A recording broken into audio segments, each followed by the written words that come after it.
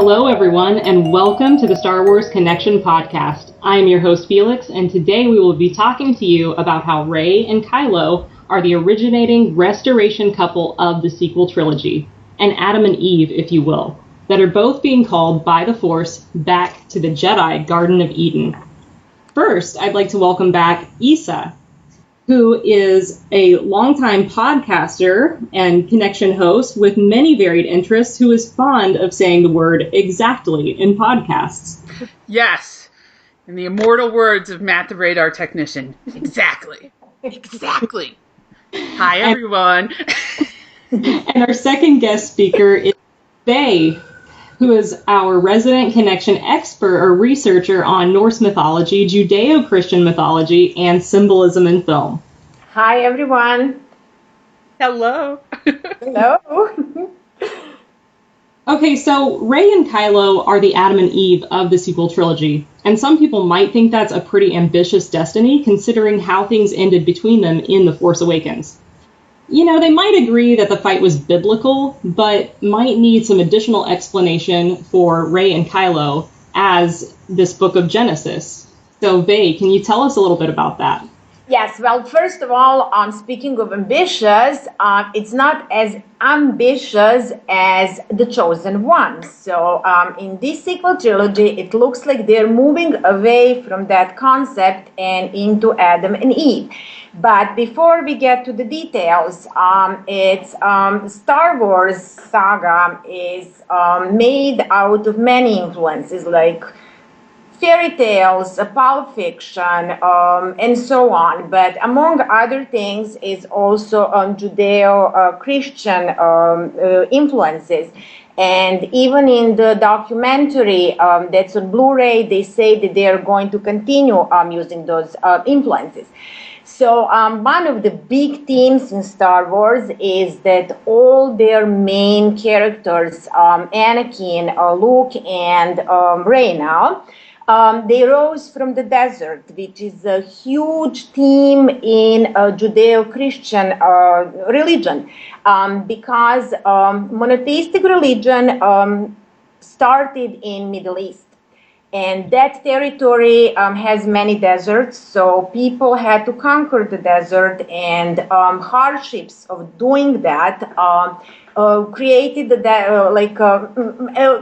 metaphor that is place of trials, but at the same time, because of its beauty, because it's vast, right? And you can almost touch the sky, the stars are huge, the moon is huge, and you feel like one with the universe, closer to the God. So from that point of view, it became a metaphor for trials and also to closeness to the deity. And in Star Wars, the deity is the Force, or Star Wars God. So that's how Star Wars incorporated that elements in the story. Okay, and then along with that, it seemed like we had discussed that there was like this Christian Holy Trinity that was played out, that has been played out in the original and the prequel trilogies. And do you mind going into a little bit of detail about that? Yes, that's very interesting one, and it's connected with Anakin Skywalker. But first, before I get into those details, I just want to point out that it isn't the exact retelling of the Holy Trinity or any of the biblical stories. It's Star Wars version of it. They took elements and created something unique for the universe, but they are recognizable nonetheless. So in Anakin's case, in the prequel trilogy, he had the role of the son, because he was son of the Force, and the slave woman, Shmi Skywalker, she was Force sensitive and but of humble beginnings, which is also very typical for religious stories that everyone knows. So that was one role that he had in Star Wars. Then in the original trilogy... Actually, I don't mean to interrupt, but... No, you do, for sure. Go ahead. Okay. But he was also immaculately conceived. Oh, You know, yes. he was like son of the Force. yes, he was like space Jesus. So because there was no man, so so that also goes to the Jesus story. Yes, yeah, and the dark version, because instead of becoming the savior, he joined with the dark side and, like destroyed what he was supposed to save. So that's a very unique point that Star Wars incorporated. And then, of course, in the original trilogy, he had the role of the father, because not just that he was Luke's father, but he also was supposed to take a role of somebody who shapes the son to his image. And even we had that part when he tempts Luke with offering him to rule the galaxy, the universe. And it's very similar to the temptation the devil did, because it's all about, like offering you the role. And of course, so now we are coming to that big twist, which is that Anakin, in his father's stage, actually achieved to become the savior and redeemer, unlike biblical story where the Son of God did that. So in Star Wars, it's Anakin, the father, who became savior and redeemer, and even Return of the Jedi gives visual representation of that in that famous scene when where Luke, crying, holds his dying father who died for the greater good, sacrificed himself, and it's kind of like a reverse Pieta, Michelangelo's Pieta, where we have Mary, the mother of Jesus, holding her dead son who sacrificed himself for the greater good. It's very well visually done. And finally, the final stage is Anakin becoming sort of a Holy Ghost or Force Ghost. But of course, because Holy Ghost is a god, Anakin isn't that power. God in Star Wars is a Force itself. So he is kind of like a physical representation of that, but you can still see the outline of the Trinity very well. Okay, so within Anakin's character, we've seen this Trinity play out. We've seen him in the role of the Father, the Son, and the Holy Ghost. Correct, yeah. Do you think that Luke will be playing the Trinity in this trilogy? I don't think that he's going to play Trinity, especially Holy Ghost, because I don't expect him to die. Like, I don't. Yeah, I think that Han's death was the only big one as far as original trilogy characters go. So I don't expect Luke to become a Holy Ghost or Force Ghost in this trilogy at all. Maybe in the next one, I don't know, but not in this one. But in this one, because he had the role of the Son in the original trilogy. So natural progression is that he is going to have a role of a father in the sequel trilogy. However, when we speak about the father role, I don't mean biological one. I don't subscribe to the theory that he is Rey's or anyone's father, because I've seen enough evidence that he is not. And for everyone who wants more details, they can check out the podcast on Rey's parentage. It's very good, very detailed. So, please just do. But anyway, we are talking about a spiritual father. So somebody who is going to foster younger characters, kind of try to mold them to his the image as the Jedi.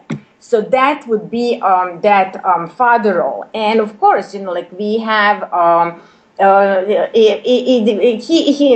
are interesting stuff here, because he, before The Force Awakens, what he was doing, that's something that we got a little bit of light shed in books such as Bloodline.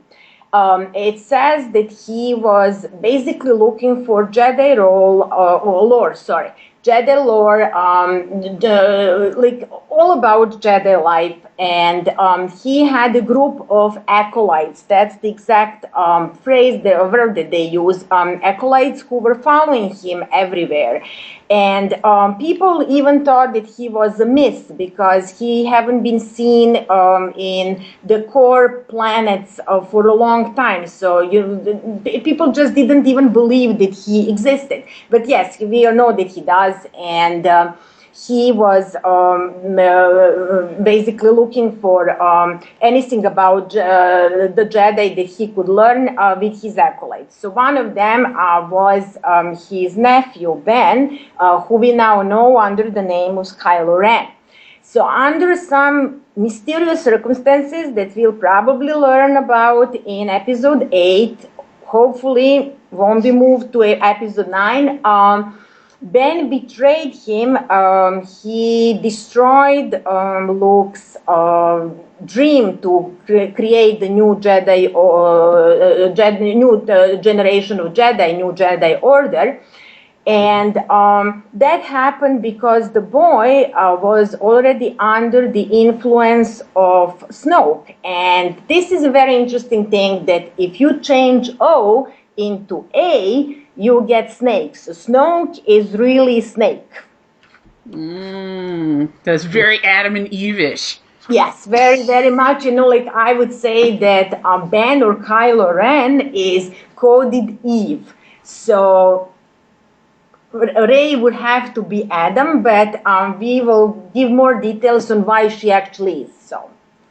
Yeah, we'll get there. Kind of what I'm interested in about Luke, too, is, so we're saying that he's taking on the father role, and I know that Issa has said before in our art podcast, she's called him like a cranky old man or an angry old man. So it's really weird that Luke, who is hopeful and who's the only person who wouldn't give up on Vader, could be kind of this angry God figure now. So what do you guys think about that? How could that happen?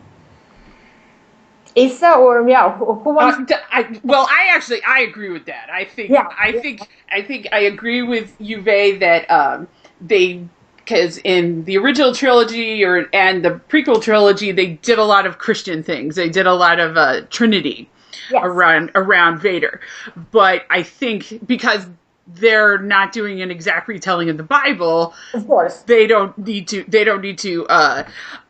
do anything chronologically. So I think they're going back to the and I think this is what you're implying. They're going back to the angry God of the Torah in the Old Testament, and you just gotta look at Luke in that Rian Johnson teaser.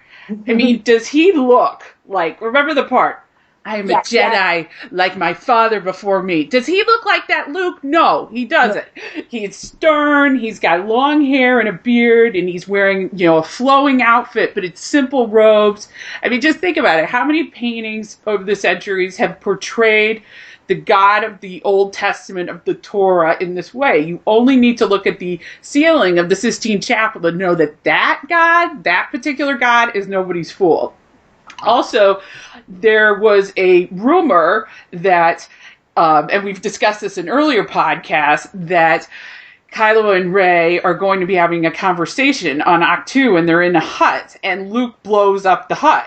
Now, because somehow he disapproves of what's happening there. That fits with the angry God. There's also a rumor that Luke has, or from making Star Wars, that Luke has told Rey she needs to kill Kylo Ren. And people are all shocked about this because, Luke, he killed his nephew. But that actually fits with the angry God, too, because Luke is standing in judgment. Like an angry God, he is standing in judgment against Kylo Ren and the dark side. And like a serious testing God, he orders Rey to kill Kylo Ren. And all you have to do is kind of look at the God of the Old Testament to see that. Because think about it. Kylo Ren has fallen to the dark side. He is unworthy and beyond saving and must be destroyed. He is just like those who have fallen in Sodom and Gomorrah. And also, think about it. If you think about Luke's order to Rey to kill Kylo Ren in a biblical sense, it makes sense because it's reminiscent of God's order to Abraham to kill Isaac. Absolutely. Yes, and a lot of people are like, why is he doing this? But if this could be a test for Rey to see if she is committed to destroying, the Sodom and Gomorrah like darkness of Kylo Ren. It could be a loyalty test, a test of her commitment to the light, and, whatever the definition of the light is in current mean old man, angry God Luke's mind. So I think he's in that role, and just the way they portrayed him in that teaser, he just with his hair blowing in the wind and the beard, and I don't know, he just had that look, No, I totally agree, because there is a lot of spoilers that emphasize his powers. So obviously, he is going to represent some kind of godlike figure on that planet that right now seems uninhabited. So he's literally god of the planet. And anyone who wants to know more details and the spoilers and stuff, they can check out podcasts such as Kylo is Coming and Kylo is Stranded, which explain, how Luke runs through Knights of Ren, all of them, easily and that sort of thing, so obviously, yes, he is definitely shown in somebody who is super, is powerful, definitely, godlike figure, though not the God himself, because that's the Force, right? That's a Star Wars deity, but more like one of the prophets. And again, that goes back to rising from the desert, because the prophets of the holy books are all came from the desert in one way or the other. Some were born in the desert, some were tested in the desert. For example, Moses was tested, right? So you have that connection as well, and of course Rey and also Kylo Ren have a desert connection. So we'll get to that as well. Right. And then with it makes sense, everything you said about angry Luke making sense from a thematic perspective. That makes sense to me in keeping in line with that mythological tradition. But then it also kind of makes sense to me if you look at Luke as he was the hopeful young man, and now he's in that older role, the older man role. But when he was a hopeful young man, we have to remember that Luke, the idea of killing his own father was so morally repugnant to him that he couldn't do it. And now he's still carrying probably his set of morals with him. So if he has somehow sensed that Kylo killed his father, then I could see as being something that would turn Luke to something that is not what we recognize him as in the original trilogy. But then it's not just about Kylo Ren, though, is it? It's not just about the influence that Kylo Ren has had on him, right? Right. Right. The thing is, what happened to Luke is that we still have that missing piece of information, Kylo did something, Luke is now changed person, whatever happened, it was really bad, so bad that he went from hopeful young man to angry God. So what happened? Episode 8 is going to answer. We can just try to piece, all those little puzzles together, but yeah. Well, but whatever happened to Luke with Kylo Ren, just to let the audience know, we talk about this, before we come on. But there seems to have been basically two Jedi apocalypses in 50 years. Yes, yeah, absolutely, yes. Jedi Ragnarok. I'll call it Jedi Ragnarok, but yes, apocalypse is for sure, yeah. And so basically, Vader killed everybody, and then we don't know what happened, but somehow it didn't work out with Luke. Now, I don't know, there's interesting stuff in that Bloodline book that Luke is not a Jedi Master. They still call him a Jedi Knight. And if they're not calling him Jedi Master, that means he's never produced a Jedi Knight. So we don't really know what Luke was doing, but whatever has happened, a Skywalker family member has been at the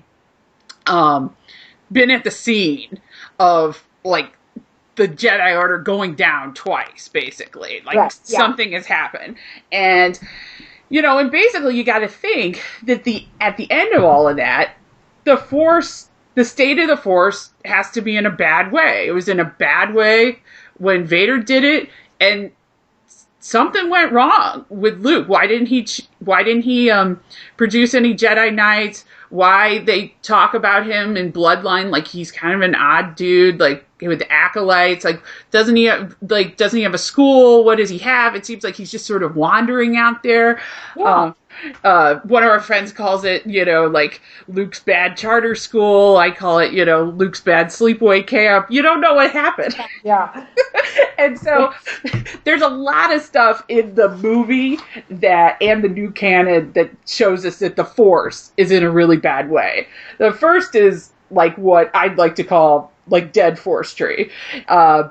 Oh, yes. Yeah, that's a big one. Yeah. Yes. And you can see in some of our spoiler podcasts that Kylo is stranded, Kylo is coming, that there are newspaper spoiler shots of the British base set that show images of a big tree that's either dead or near dead. And we think this is a Force tree because, one, there's been a lot of discussion of Force trees in the new canon. Luke actually takes two such trees from the ruins of the old Jedi Temple in one of the newer books. And two, this near-dead tree is set very near to a building that looks quite like the concept of early Jedi temples that are shown in the canon book, The Art of the Force Awakens. Yes. And since Luke is supposed to be on the planet of the first Jedi Temple, it would make sense for the original Force tree to be there, especially when you take a look at it. And you found this, Vey, and you compare that tree with the architecture of the Jedi Temple in the prequels. The two look very much alike. There's a tall centered trunk and 4 outward large branches. And funny enough, you saw this too, is that tree can be seen in Rey's Force back. And so just like the prequel temple that was modeled after that tree, this tree seems ruined. But you got to think it wasn't always so. So something went wrong. The next, sorry, if I can go ahead. Yes. The building that you're talking about is Jedi Temple at Coruscant. And it's, yes, I mean, like there is a building and there are, you know, like 4 smaller buildings, you know, like that correspondent with the branches of the giant tree. But there is a thing that I found in the new canon book, Tarkin, I think it was Tarkin, it says that there was, actually there is, maybe still is, a secret Sith shrine. So in the roots of the building, the Jedi didn't know about it. And basically, the dark side started poisoning everything. So, you know, like they didn't know what it is. And then Palpatine excavated it. But I'm just wondering if we are going to find out that there is something under that giant tree on Ahch-To, if there is something wrong in the roots of the tree. Because like in Norse mythology, which we will discuss a little bit later, when you look at Yggdrasil, the world tree, there is a serpent creature in the roots. So I'm thinking that maybe, you know, like symbolically, there is something, you know, like in the roots of that giant tree that perhaps, you know, like also represent the disbalance of the Force. Go on. Sorry for the interjection. No, that was brilliant. That was brilliant. Thank you. Oh, thank you. Thank you, because that makes absolute sense, because that's a great connection. I haven't read Tarkin, but I heard that there was, you know, basically there's, you know, some sort of corrupted, evil, holy place underneath the Jedi Temple. And Sith Temple. They said it's Sith Temple. Yeah. Sith Temple, yes. And so if there is corruption there, it would make sense that they might do a parallel with that tree, you know. And so that's a good point, especially since there's been sort of whisperings of episode, you know, we're going to do podcasts on these, on the Rian Johnson movies that he was influenced by in episode 8, but there's certain archaeological elements in some of those movies. And that would go along with possibly something with a cave or a dig and finding something on Ahch-To. So that's a brilliant point. And then I'm just going to throw this out there. I saw a very recent tweet from Rian Johnson where he actually referenced Raiders of the Lost Ark now as one of the Spielberg movies that he was watching in prep for Episode 8. So again, archaeology. Whoa, really? So great, yeah. So I just want to, add that we've seen from Empire Strikes Back that there are places that are very strong with the dark side, like the cave of the dark side where Luke had to enter to be tested, right? So it's possible that there is something like that on Ahch-To as well. So. Yes, and actually, Rhea, one of our connection friends, discovered that in the old comics of Empire Strikes Back, the cave that Luke went into is actually under a tree. So, okay, that's fantastic. Yeah. Yeah. So they might be going back to that, So basically, something is imbalanced, and there's a few more things in the novel books that show the imbalance of the Force. The next thing that I think is a big deal, and I'm going to read a chunk from the book because I think there's just a lot there. I feel like doing a podcast on this because I'm starting to think some of this is actually a metaphor for Kylo Ren's situation. Okay, perfect. Yeah. Yeah, so I'm just going to read it. We'll talk about what it pertains here, but it's a very cool quote. This is another sign of Force imbalances that Snoke, like you had mentioned, has been trying to pull Ben, who became Kylo Ren, to the dark side from the very earliest point of his life. So here's a quote from Life Debt. "The room is white and mostly empty. The walls are padded. The windows are many, and the sunlight streaming in is bold and bright. The only things in this room are Leia and potted plant. The plant is a sapling of the sanctuary trees of Endor, though some call it a serpent's puzzle, named so after the way the dark branches weave together in a kind of organic knotwork. She grew it from a seed, a small knobbly acorn given to her by the little Ewok known as Wicket. She grew the plant in a pot of Chandrilan soil, and to her shock and delight, it took. It has become the focus of her meditations, as suggested by Luke. Then she tries to feel the tree. She does this at least once a day. Leia has never felt the tree. Luke continues to swear that with time she will come to feel the Force just as he does. He said he'd teach her. And he did teach her. Some things, at least. Then he left. Just like Han left. Luke. She finds her mind wandering to him now. Her thoughts reach for her wayward brother like a living thing, like branches seeking the sun. I need you here. I need your help.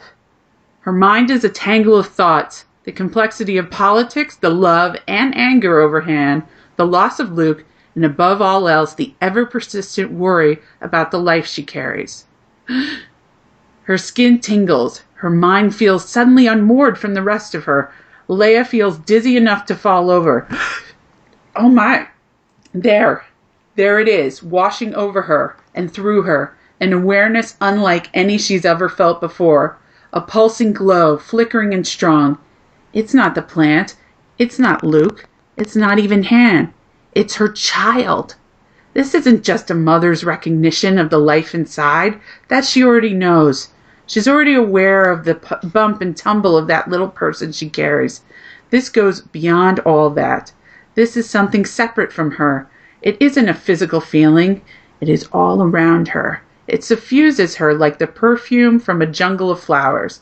As such, she is suddenly aware of her child's mind and spirit. She senses pluck and wit and steel blood and a keen mind, and by the blood of Alderaan, is this one going to be a fighter? Wait, it's a boy. It's a boy! Her hands fly in front of her mouth as she both laughs and cries at the same time. This, she thinks, is the light side that Luke always goes on about. The promise of light, the promise of a new life. And then the black edging of the dark side encircles her bliss like a noose. Because what rides swift on the heels of hope but fear, a fear that stretches out far and wide like a growing shadow. Fear of having a child in an unstable galaxy. Fear of whether or not Han is alive, or Luke too. Will the child grow up with a father, an uncle, a mentor? What is her legacy? And what will her boy's legacy be? And so finishing the quote, the Force is not in balance if some dark force can push darkness into a baby in utero. That's not good.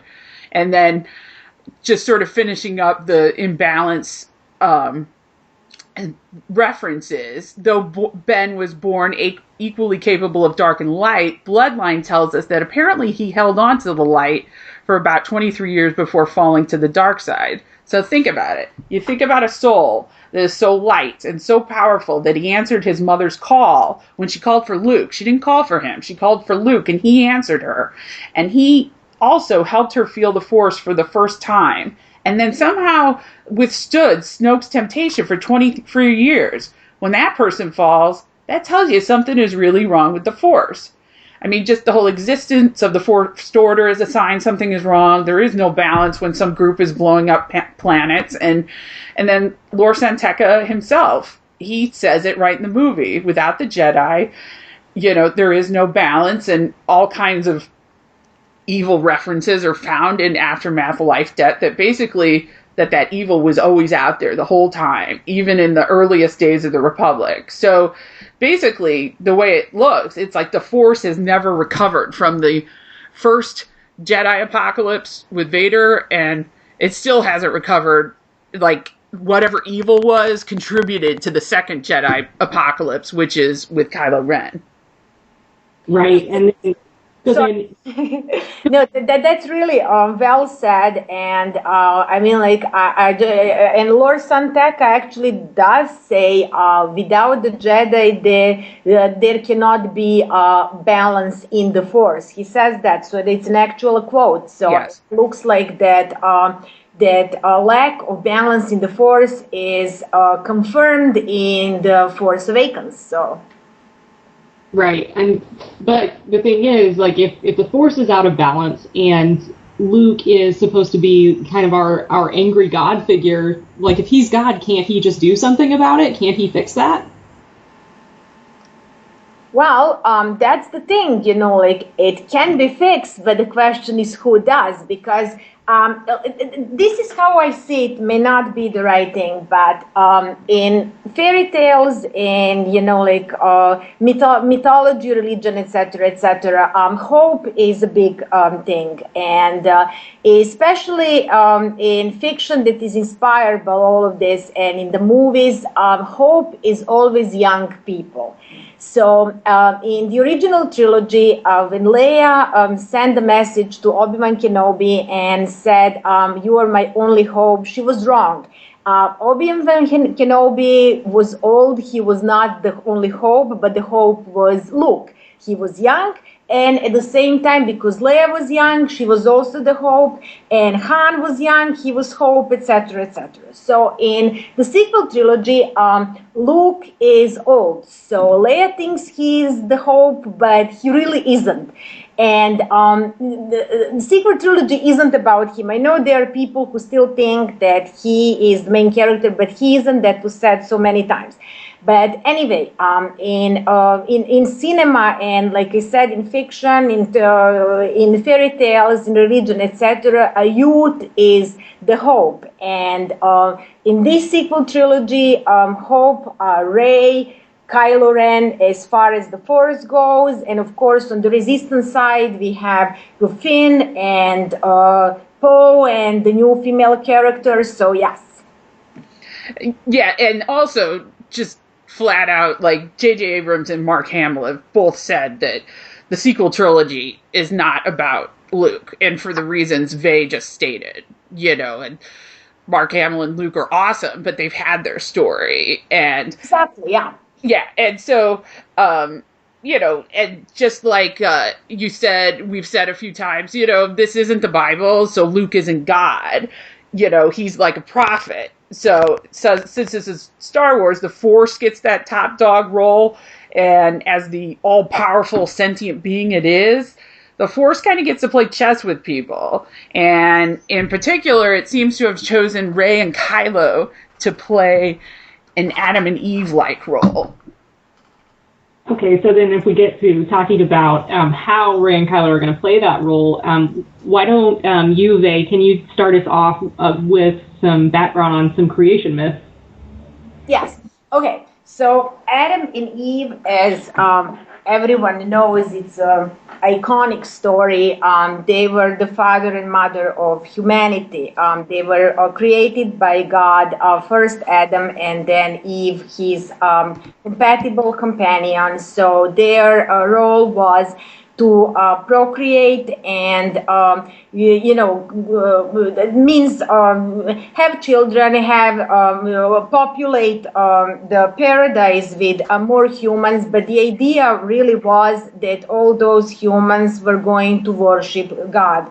And that's what Adam and Eve were doing until the serpent seduced Eve first and basically told her to disobey God's order not to eat from the tree of knowledge of good and evil.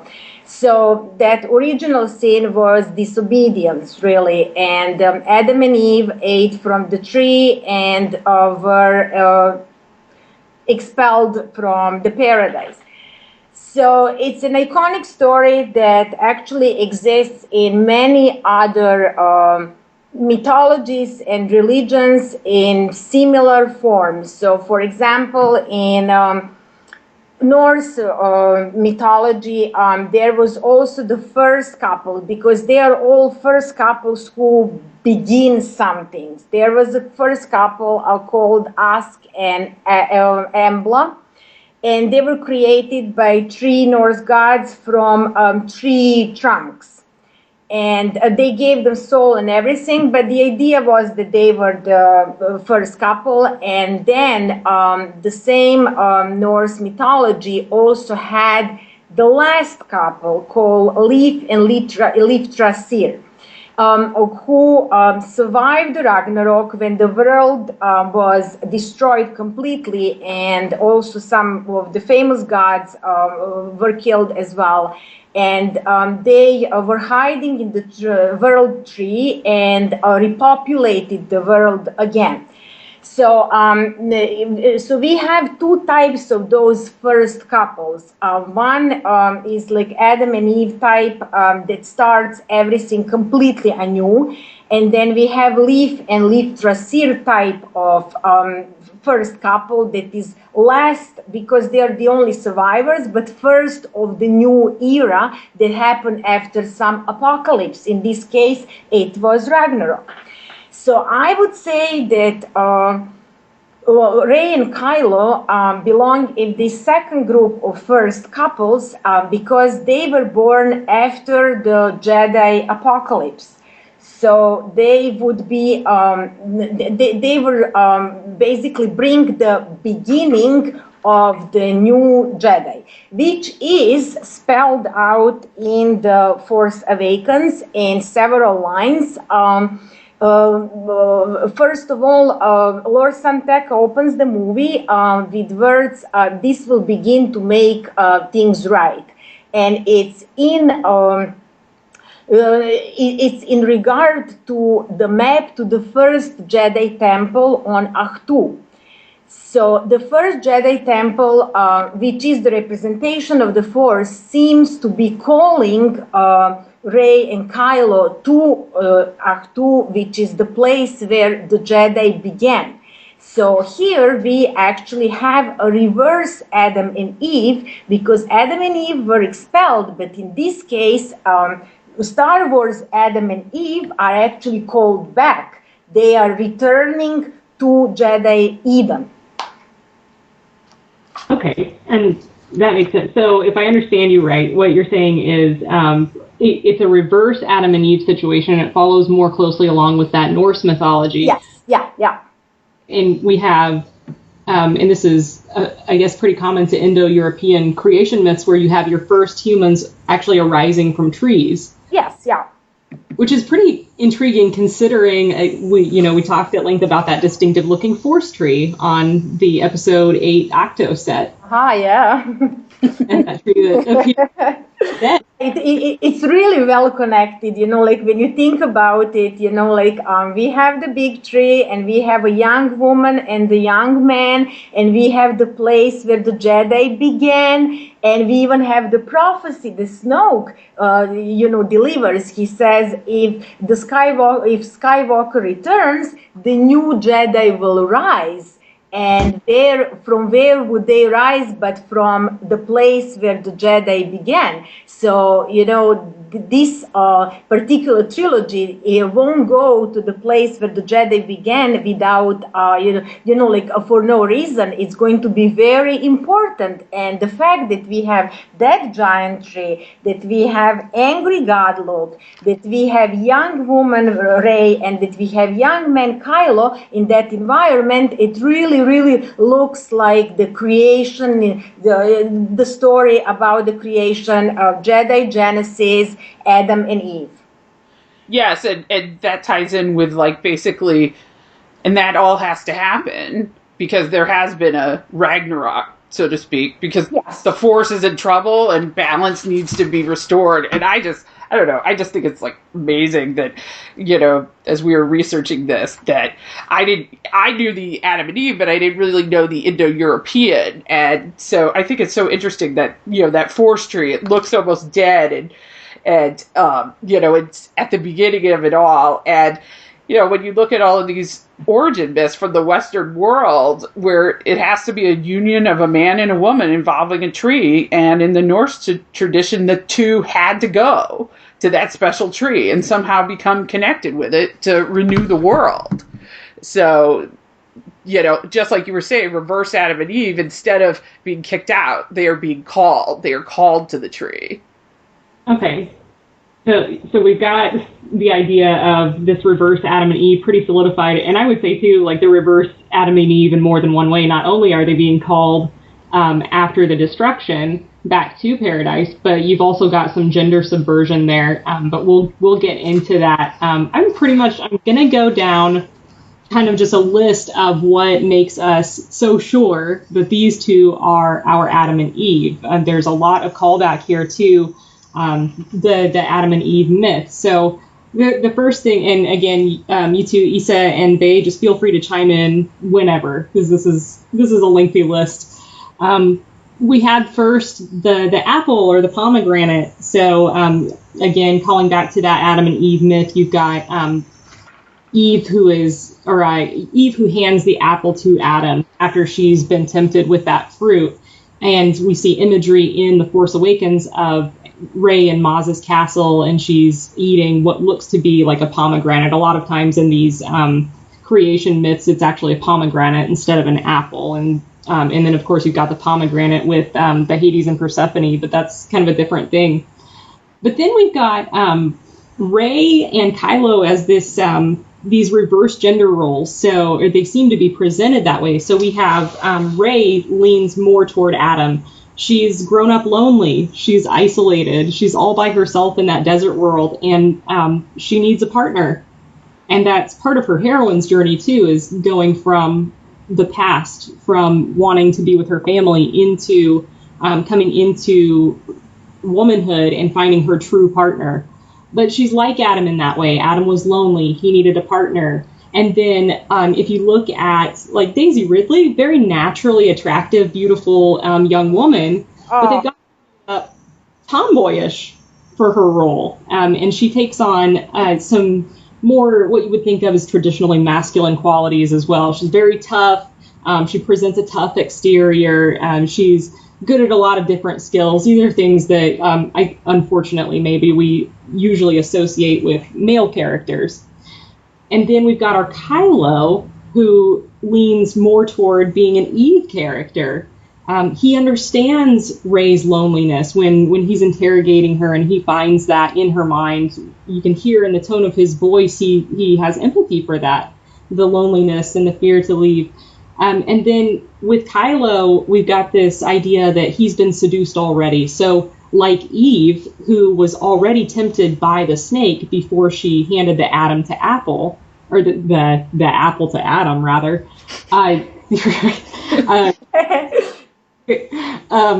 Kylo has already been tempted by Snoke. And then you get this distinctive imagery in the interrogation where he unmasks and you hear that snake sound, the hissing and rattling. So it's like, it's sort of like he's carrying that temptation with him. And then, of course, we know that she...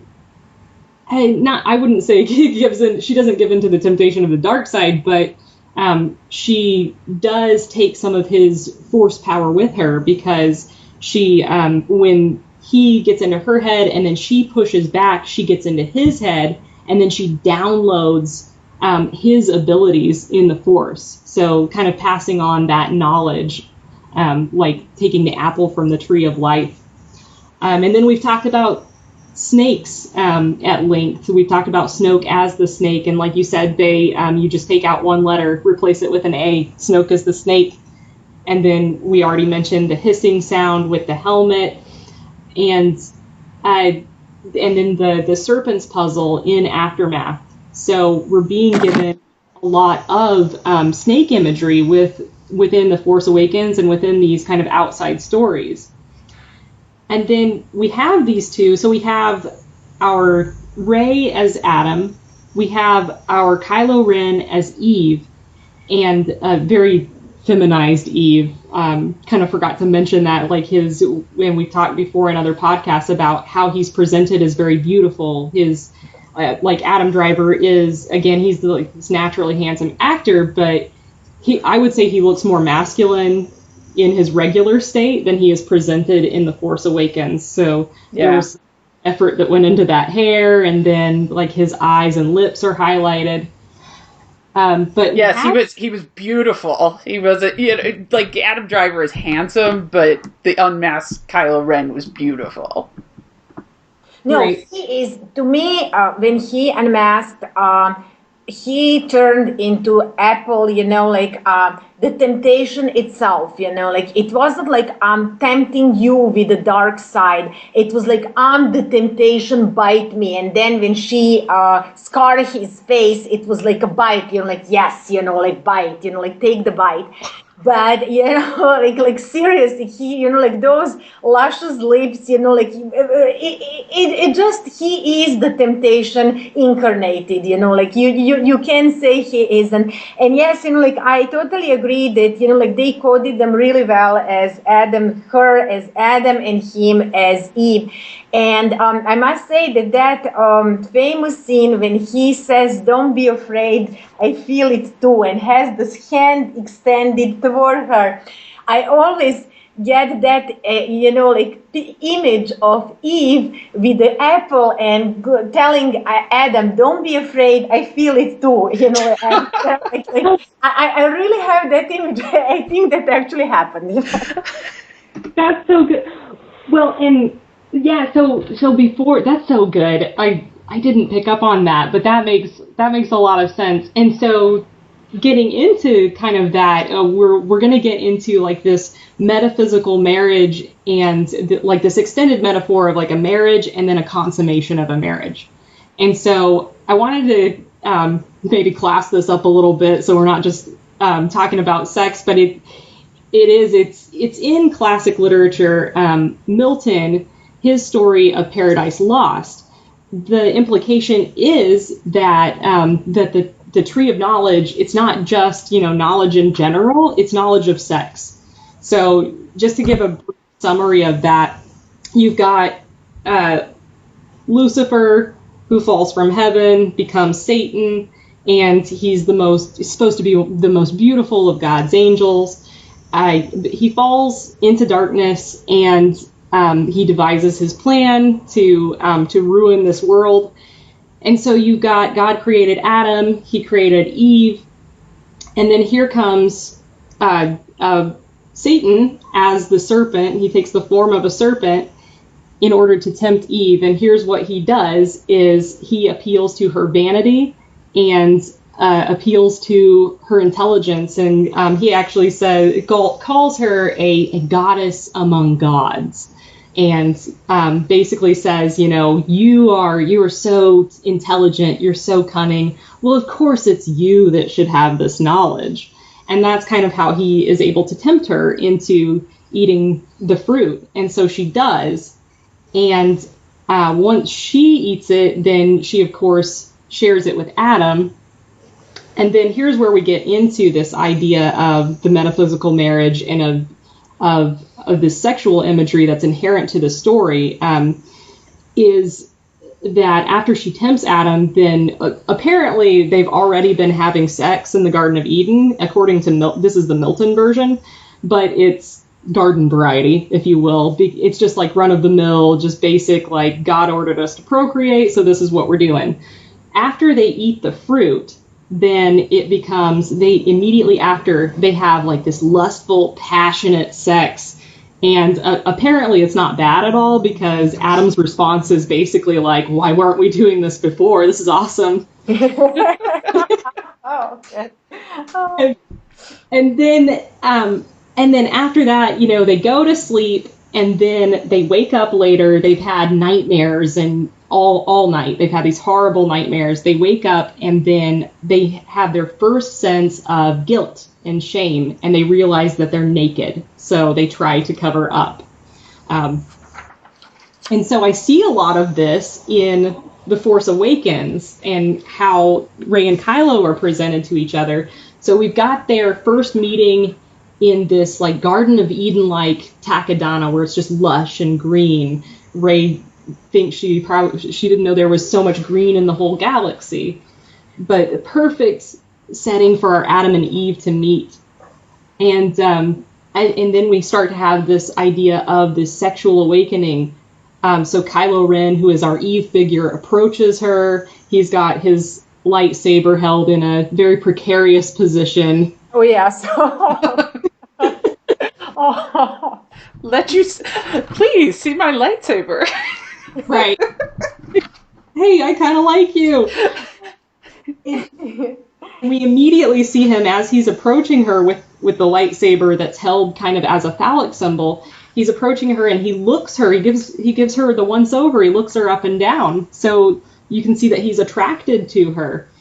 And then you see this with Rey when he takes off his mask in the interrogation. Is she kind of like, she's startled. She blinks, like that clearly wasn't what she was expecting. And then immediately afterward, she's looking him up and down. As he approaches, she looks away because, like, oh boy, he's intimidating. But then she can't help but steal a glance back at him. So they're showing you these signs that these two are attracted to each other.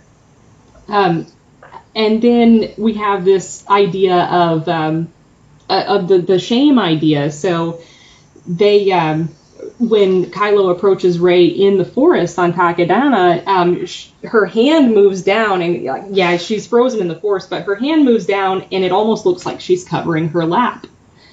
And then Kylo's level of clothing, he's so covered up. You don't see any of him except, like, the only bit of Kylo that we see is when he unmasks for Rey and for his father, and then when and that's it. That's the only bit of skin he shows. Yeah, because his hands are even gloved, and that thing goes all the way up to his neck, like all the way up to his chin.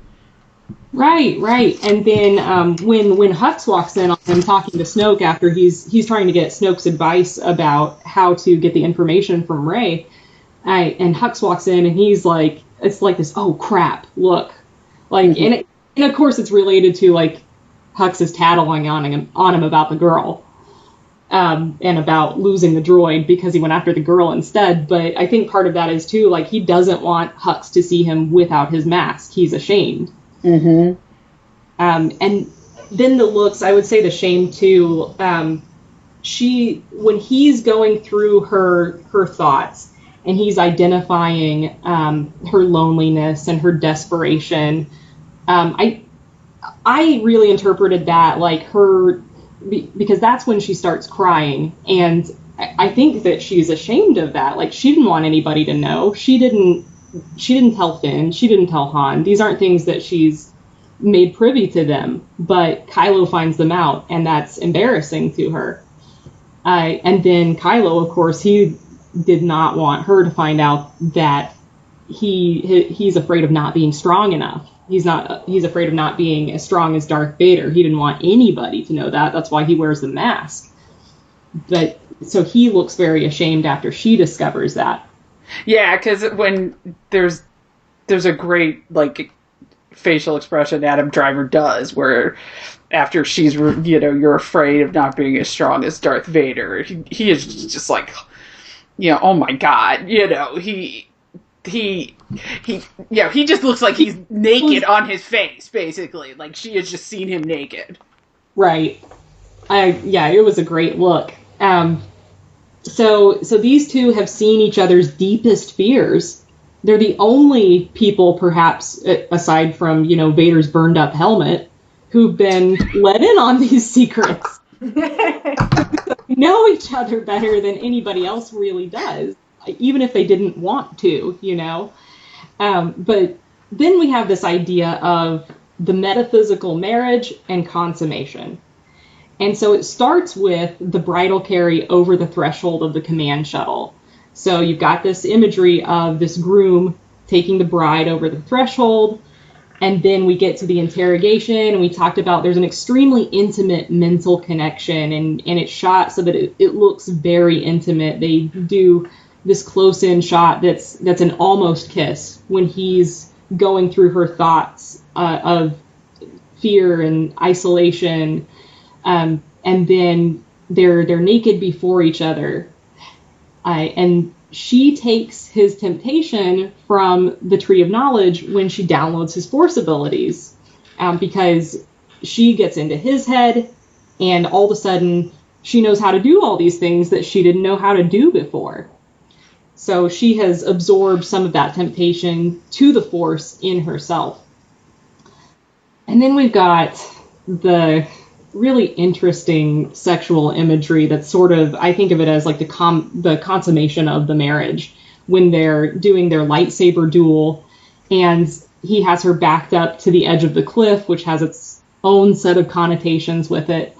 But there's a really, there's a sustained Force connection, and Daisy Ridley actually called it that she said they were finding the Force together or something, and it was like she had given away too much information. She said we are finding the Force or whatever, and then she clapped her mouth and was like, "Oh, I shouldn't have said that, whatever," right? So whatever is, it seems to be a spoiler. So right. So there is this idea that they are joined in the Force. And there's the sustained Force connection during this whole time. They're using the choker shots, which are normally in movies, they're used to convey intimacy between characters. So during these shots, you've got heavy breathing, physical effort, this surprise and anxious kind of intimacy.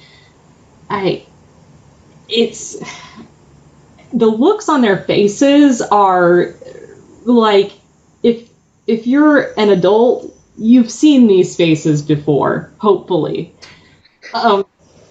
She looks like she's straining to find something. He looks like, the first look that he gets on his face is like he's just absolute. It's not quite an in love look. I don't know. But it's like in awe. He's awestruck as she's trying to find this something, and then she sort of relaxes into it, and that's when he gets this almost like he's trying to be very helpful, and sort of it looks like he's trying to push something into her, which, textually is the Force, but metaphorically speaking, we know what this is representing. it's a non-sex sex scene. Yes, Yes. That's a great description. And I also want to add that to me, another element that spoke in that direction is that when you look at their eyes during the force lock, when they have their swords crossed, right? You know, like you can see those interlocked sabers in their eyes, and it's like, you know, people entwined, you know, like people locked like in a clinch, you know what I mean? So on one side, it's definitely the visual presentation of their bond that they created through the force or connection or whatever you call it. But at the same time, you know, like they became one, and in many ways then just one. Right. Right, and I agree with that. And then we've got the JJ quote, and I'll try not to butcher the quote. It's you know, he's talking about that shot and how she just sort of he says he closes her eyes and she closes her eyes, and then she just sort of lets it in. And there is, I think, this connotation of like she's letting the Force in, but she's letting Kylo Ren in. So there's the imagery or the extended metaphor of like here was the marriage, and then here's the consummation of the marriage. And then the last thing that we had on our list was the trees, but we've kind of we've talked about the trees a lot already. So yes. Bring them up briefly just to reiterate that that we've got the imagery of the trees that's associated with this idea of the first world couple in a lot of mythology, and forest trees are all over the canon. They're being called to the tree, it seems. So what we seem to have is two young people who might be attracted to each other. And they already have this union through the Force. There are a lot of interesting trees on the canvas, but Adam and Eve never saved the world. They repopulated it, but they didn't do like a heroic saving of the world. So now we have to look at what evidence is there that they have crossed into the realm of potential saviors. Can you tell us a little bit about that, Vey?